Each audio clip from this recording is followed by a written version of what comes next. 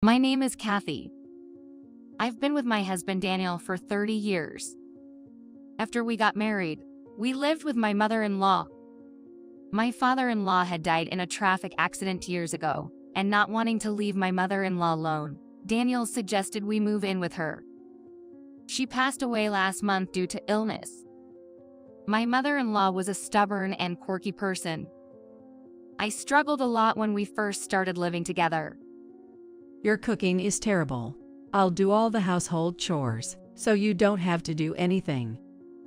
She said so and wouldn't let me help with housework. As I was working full-time, I was grateful for her help, but I always felt sorry and was constantly nervous. "Let me help, Mom," I would offer to help. No need, you'll just be in the way. So, I couldn't really help out. Every morning, she would wake up earlier than me and prepare elaborate breakfasts. When I greeted her in the morning, she'd say, "You're up late, sleepyhead." She even prepared nutritious packed lunches for me. When I came home from work, dinner, cleaning, and laundry were all perfectly done. Really, Kathy, you can't even iron properly. Such a troublesome daughter-in-law. She would say so while ironing my shirts and handkerchiefs. She was the complete opposite of me, a perfect housewife. Kathy, you really can't do housework, can you? That's what they call a bad wife. She would often say sarcastically, but I gradually got used to. She was just not straightforward. She did the chores for me but was too shy to admit it. Thinking about it that way, she seemed quite adorable. So, no matter what she said, I didn't get upset and kept talking to her. About a year later, I started responding to her sarcasm with a smile and jokes. On days off, we would eat snacks together, watch TV dramas, discuss them, go shopping, go to the movies, and even travel together. Having lost my own mother when I was young, I thought of my mother-in-law as my real mom. Eventually, we were as close as best friends with each other. Kathy, where should we go on our next trip? How about Arkansas? It has lakes and highlands. Arkansas, that sounds nice. Once, while discussing this, my husband interrupted. What about me? Can't I join you too? Mother-in-law replied, No way, it's a girls-only trip. Girls, at your age. What did you say? "All right, let's all go together next time." Yes, a trip with Daniel might be nice for a change. That year, the three of us went on a trip together. She was so lively, almost like a young girl, which was quite memorable. My energetic mother-in-law started to frequently fall ill about a year ago, leading to several hospital admissions and discharges. For the past 6 months, she had been continuously hospitalized. I nursed her earnestly, trying to repay the kindness she had shown me in doing the household chores. But during her hospitalization, not a single relative came to visit. My husband's brother, her eldest son, and his wife left all the caregiving to me and never showed up. Of course, I had kept them informed about her condition over the phone. One day, I asked my husband, "Why doesn't your brother visit her?"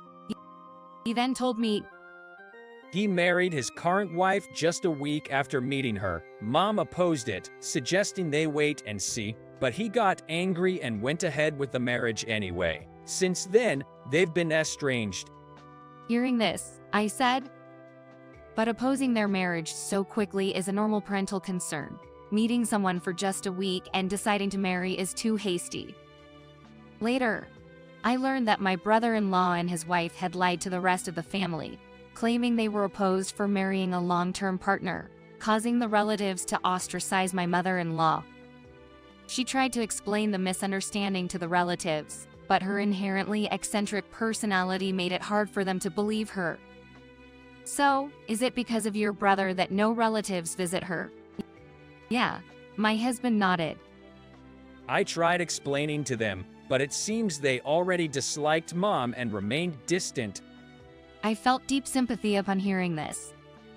My mother-in-law might have been difficult, but I knew she was just shy and clumsy. Moreover, she was not only estranged from relatives. She didn't seem to have friends to visit or go out with, living a lonely life. To ensure she wasn't lonely, I took a leave of absence from work and visited her daily, staying by her side as much as possible. She would say, "How are you managing the housework without me? Don't worry about me. Go home and take care of the house." But I just smiled and brushed it off. However, her condition didn't show signs of improvement and continued to worsen. Then one day, she passed away peacefully in her sleep. Both my husband and I shed so much tears. Even after receiving the news of her critical condition, her eldest son and his wife didn't come to the hospital. They didn't even attend the funeral. A week after the funeral, my brother-in-law and other relatives suddenly showed up at our house. They wanted to discuss the inheritance. I was unaware, but my mother-in-law owned several properties and had a substantial fortune. I'm the eldest son, so I should receive the most. My brother-in-law arrogantly declared. The other relatives also chimed in. "We want our share too." I couldn't believe they were talking about inheritance when they didn't even attend her funeral. I was furious. Then I remembered. Yes, that's what was written in the last letter mother-in-law gave me. Please contact this lawyer regarding inheritance matters. I've already arranged everything with him. The letter included the lawyer's contact information. I called the lawyer and explained everything. "Hello, my mother-in-law passed away. About the inheritance." I understand. I'll be right there. The lawyer said he would come right away. Soon after, the lawyer arrived. He politely greeted the gathered relatives and then took out a voice recorder from his bag. First, I'd like you all to listen to this. This recording is a message from the deceased. He said that and then pressed the play button. My mother-in-law's voice filled the room. Thank you all for gathering today. If you are listening to this message, it means the discussion about my inheritance has begun. I wish to leave all my estate to my second son Daniel and his wife. At that moment, the relatives started to buzz and cause a commotion. What does this mean?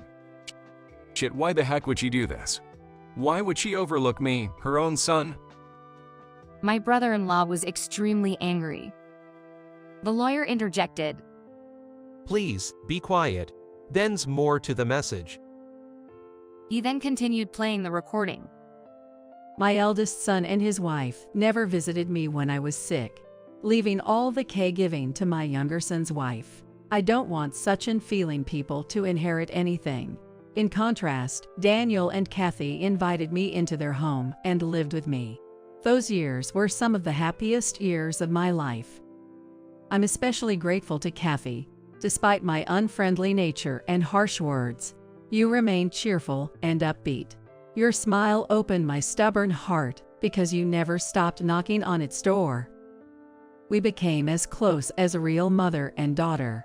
I'm sorry for all the terrible things I said to you. I will never forget the trips, the movies, the shopping trips we had, and all the wonderful memories we shared together. I never thought I'd have such a joyful second life after losing my husband and having no friends. All of this was thanks to you, Kathy. And when I fell ill, you visited me every day in the hospital. After I was discharged, you took me out for daily walks for rehabilitation. In the end, you even took leave from your job to care for me. And I know it must have been hard. Thank you so much. I'm too embarrassed to say this in person, but I'm truly grateful. I consider you my best friend and my real daughter. Please continue to live happily with Daniel. The message ended there. As I listened, I couldn't stop my tears from falling. My husband, too, was moved to tears. The deceased recorded this message a week before she passed away, the lawyer explained. The will stating that all her estate goes to the younger son and his wife is also documented. He showed a document to the relatives. The relatives left in frustration and bitterness. After they had all gone away, the lawyer handed me a paper bag. This was left for you by your mother-in-law. Inside the bag, I found a bank book, property deeds, and a notebook. The notebook was filled with handwritten housekeeping tips. It includes recipes, cleaning advice, and stain removal techniques, complete with illustrations. My mother-in-law, knowing I struggled with housework, must have prepared this for me. Seeing this, I cried again. In front of her portrait, I joined my hands and whispered, "Thank you, Mom. I'll do my best with housework using this notebook.